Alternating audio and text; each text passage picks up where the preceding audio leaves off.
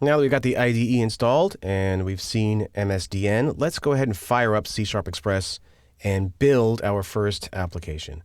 So I'm going ahead and launch C# Express. And when C# Express comes up, you'll see a start page and the application window frame. So this right here is the start page. Over here is something called the Solution Explorer, and we'll look at that a little bit later. What I'm going to do just really quickly is get our feet wet by writing a C# application. I don't expect that you're going to understand everything I'm going to show you right away, but I know you're probably anxious to get started, so let's just go ahead and build a simple application. And once we've done that, we'll take a quick look at how we did it, and then we'll have an introduction to C# Express that explains the various parts of the program that we'll be using throughout the course to build our applications. I'm going to go ahead and click on the New Project link right here.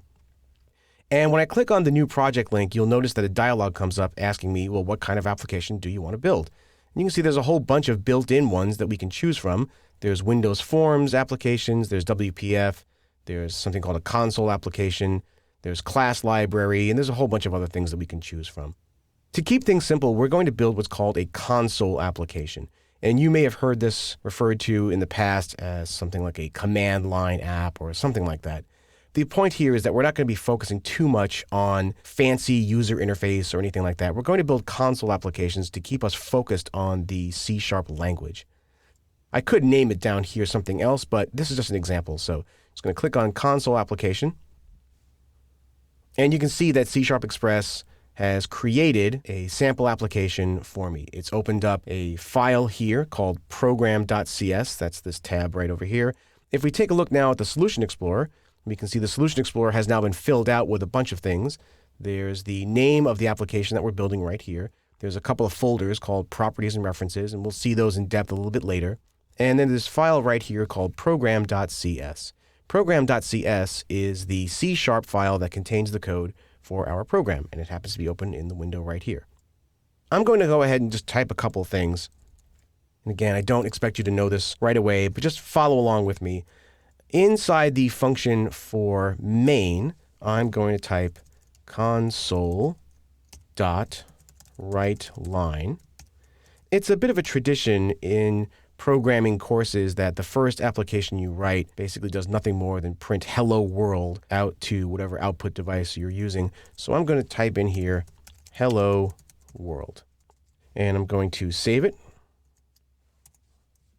Now what I'm going to do is run it, and I can run it a couple of different ways. What I'm going to do is go up to the debug menu. You can see that I've got an option here for start debugging, and I've got something called build solution. I'm going to just quickly choose build solution to make sure that everything is right. And you can see down here in the status bar, there's a little piece of text that says build succeeded. So everything looks okay. Now I'm going to run it. And instead of going back to the debug menu, I'm going to click on this little green arrow right here that says start debugging. So I'm going to click on that, and you can see that some window came up very quickly and went away. And that's because the console application came up, the text was written out, and then the program ended. The .NET library said, oh, I guess we don't need the console window anymore. Might as well send it away. So to keep that from happening, I'm going to add one more piece of code down here, console.readline. And now I'm going to save that. Now this is going to have the console window wait for us to give it a line of text. This is just a way for me to keep the console window from going away as I show how this program works. So let's try it one more time. Let's go ahead and click on Run.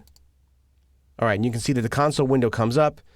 The words Hello World got printed out, and now it's waiting for me to give it a line of input, and it's going to sit there until I do that.